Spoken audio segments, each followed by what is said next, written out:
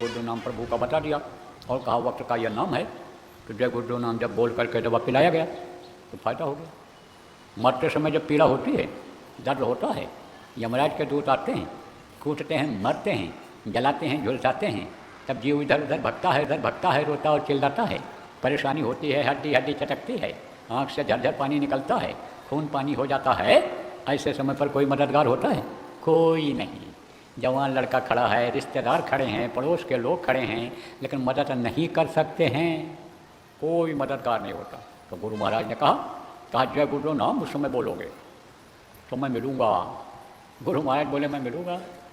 अब मौत के सामने गुरु महाराज जब आकर खड़े हो गए और यमराज के दूत जब भागे, यमराज के दूत जब हटे और मरने वाले ने आँख खोल दिया, रो रहा था, चिल्ला रहा था, रोना चिल्लाना बंद हो गया।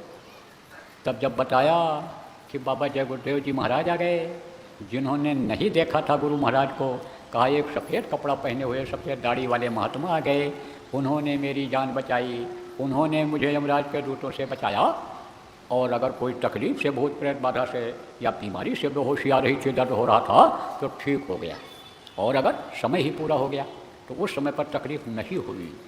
इस तरह से जय गुरुदेव नाम बोलने से बहुत से लोगों को फ़ायदा हुआ। जय गुरुदेव नाम की बहुत से लोगों ने आजमाइश किया तो विश्वास हो गया।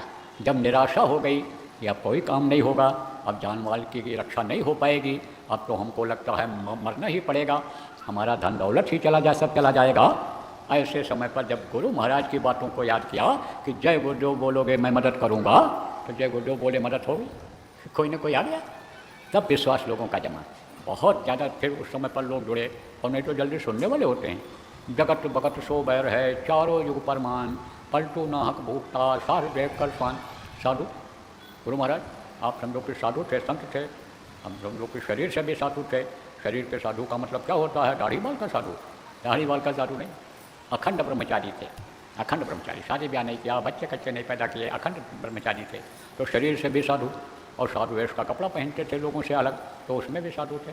और फिर आत्मिक मतलब यही गुरु थे। तो संत पूरे थे गुरु महाराज। तो गुरु महाराज ने मदद किया लोगों की। अब आप ये समझो कि जब जीव आने लग गए तब उनको सत्संग सुनाने लग गए कि बच्चा ये मनुष्य शरीर किराए के मकान की तरह से है, ये एक दिन खाली कर देना पड़ेगा, और तुम खाने पीने मौज मस्ती के लिए नहीं पैदा हुए हो, तुम अपनी आत्मा को परमात्मा तक पहुंचाने के लिए, इसी मनुष्य शरीर में भगवान का दर्शन करने के लिए तुमको भगवान ने एक बार मौका दिया है, और रास्ता हमसे ले लो। भगवान तुमको घर में ही मिलेंगे, घट में ही मिलेंगे। गुरु महाराज ने संतों की, अन्य संतों की भी बात याद दिलाई। तब जीव को होश आया, इच्छा जगी उसकी। क्या इच्छा जगी? कि हम भी दर्शन करें देवी देवताओं का अंदर में, हम भी स्वर्ग और वैकुंठ देखें। जैसे लड़का पढ़ता है तो उसको खिलौना प्यारा होता है, अन्य चीज़ें जो होती हैं प्यारी होती हैं, रेलगाड़ी है, हवाई जहाज़ है, साइकिल है, ये चीज़ें बहुत अच्छी लगती हैं। और पिता जब कह देता है कि तुम्हारे लिए मैं ला दूँगा, तुम जल्दी जल्दी पढ़ लो, और पास होता है अच्छे नंबर से इनाम दे देते हैं, साइकिल ला देते, बाइक ला देते, गाड़ी दे देते हैं, तो खुश हो जाता है लड़का। ऐसे ही गुरु महाराज ने यानी समझो ज़रूरत की चीज़ों को मुहैया करा दिया लोगों के लिए, और फिर विश्वास जमा लोगों का।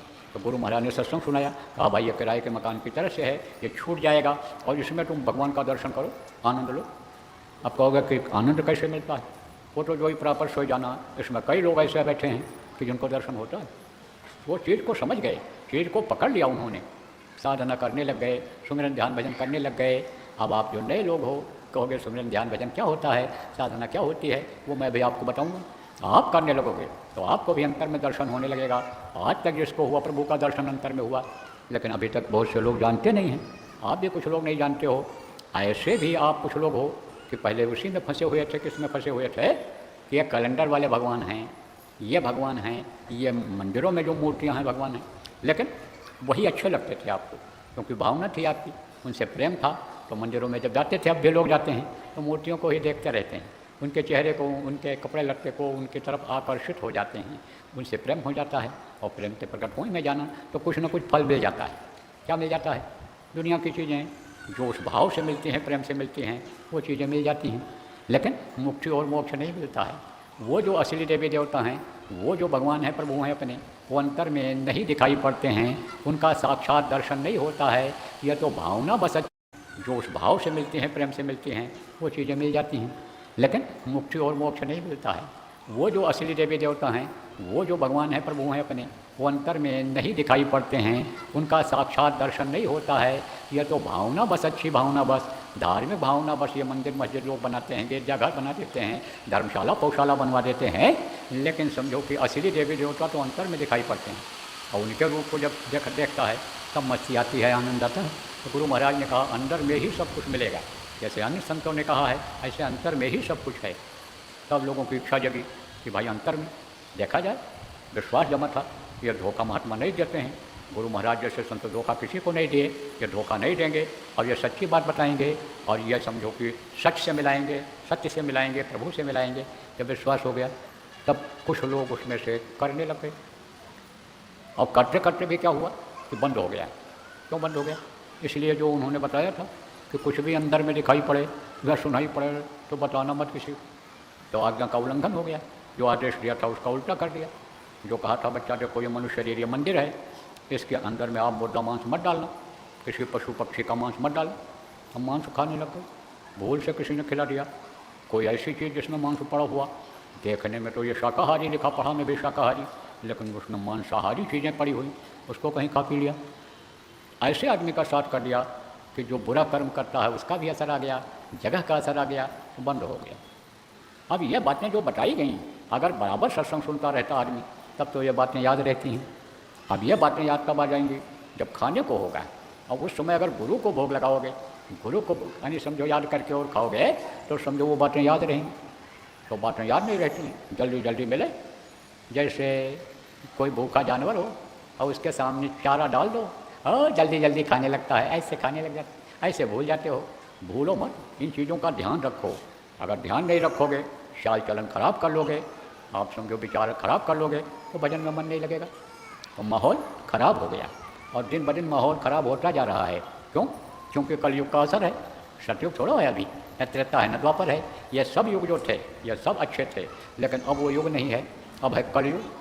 तो कलयुग का कहना क्या है कि जेमक चढ़ जाएँ ग्रंथों को, ब्राह्मण पट्टियाँ तोड़ें, बधिक हो जाएँ क्षत्रियगण, शूद्र सेवा से मुख मोड़ें, सूखे नदिया धसे पर्वत विजयतम हमारी हो। तो वो तो सब आप समझो नाश करने में ही लगा हुआ है। तो अब बुद्धि को खराब कर दे रहा है। तो फिक्र किसको होती है? बच्चों के दुखी रहने पर, बच्चों के परेशान रहने पर, बच्चों के बिगड़ने पर ज़्यादा दुखी कौन होता है? पिता होता है, पिता। तो जो गुरु महाराज जैसे आए संत, वो पिता की तरह से ही रहे, जीवों का पालन पोषण किया। तो फिर उन्होंने जो है रास्ता निकाला, कहा भाई ये तुम्हारे कर्म तब कटेंगे जब तुम शरीर से सेवा करोगे। तो सेवा का विधान बना दिया, श्रमदान का विधान बना दिया, प्रचार कहा करो, मुँह से जो पाप बन गया समझाओ, मुँह से बोलो, आँख से जो पाप बन गया वो क्षमा करो, देखो किसी को, जाओ कहीं, पैर से जो पाप बन गया, पैर पाप के लिए कर्म यानी करने के लिए पैर से गए तो पैर से चल करके दूसरे के पास जाओ, हाथ से जो भी कर्म बने, अलग अलग सब सेवा बता दिया। फावड़ा चलाओ, नाली साफ करो, झाड़ू लगाओ, संगत में जगह जगह पर कार्यक्रम आयोजित किया संगतों के बीच में, और ये सब जीवन से कराए। तो कहा ये करो, तो उसमें मन लगने लगा कुछ लोगों को। जब मन लगने लग गया और कष्ट के सेवा किए और सेवा का विधान बना लिया, तब मन उधर से हट गया। लेकिन सब लोगों ने ऐसा किया नहीं। और सवाल यह है कि रोज़ सेवा रहती कहाँ है? कुछ सेवा ऐसी है कि जो रोज़ की जा सकती है तो उसको करते नहीं हो। वो सेवा क्या है कि जैसे ये शाकाहार का प्रचार है कि भाई शाकाहारी बनो, नशा मुक्त हो जाओ, अब आप ये समझो कि अच्छे बन जाओ, सतयुग के लायक बन जाओ। कलयुग जाने वाला है, सतयुग आने वाला है बीच में कुछ समय के लिए, तो सतयुगी बन जाओ, सतयुग देख लो, नहीं तो बड़ा मुश्किल है। कलयुग छोड़ेगा नहीं, लड़ाई करेगा, कार मृत्यु जाओ होगी, प्रेत योनि में जाओ। तो ये हो नहीं पाता है, ये भी नहीं कर पाते। करना चाहिए आपको। यह सब बातें इसलिए बता रहा हूँ। चलो भाई, जब भी से तो तभी सही, सुबह का भूला शाम को घर वापस आ जाए तो भूला नहीं कहलाता है। तो अब आप ये समझो कि माफ़ी हो जाती है, एक बार दो बार गलती हो जाए माफ़ी हो जाती है, लेकिन बार बार गलती जब आदमी करता है तो माफ़ी नहीं हो पाती। तो अभी तो गुरु के हाथ में डोर आपकी है, और अगर गुरु की बातों को नहीं माने तो काल के हाथ में अगर उन्होंने दे दिया डोरी को तो काल तो कचूबा निकालेगा। इसलिए प्रेमियों, ये सेवा का विधान, प्रचार प्रसार का, साधना शिविर लगवाने का, साधना में बैठाने की सेवा, ये जो इस समय मिली हुई है सबके लिए है। उस सेवा में लगो, सेवा करो। चाहे देखो वो आप बच्ची हो, औरतें हो और बच्चियाँ हों, बच्चे हों, पुरुष हो, आप सब लोग ये नियम बनाओ कि रोज़ हम कुछ ना कुछ लोगों को समझाएंगे ही, बताएंगे ही। ये नियम बना दो। जैसे बहुत से लोग नियम बनाए हैं कि हम नहा धो करके, हाथ पैर धो करके, प्रार्थना करके, भगवान को याद करके फिर खाएं पिएंगे, नाश्ता करेंगे। बहुत से लोग दुनियादार इस तरह का नियम बनाए। ऐसे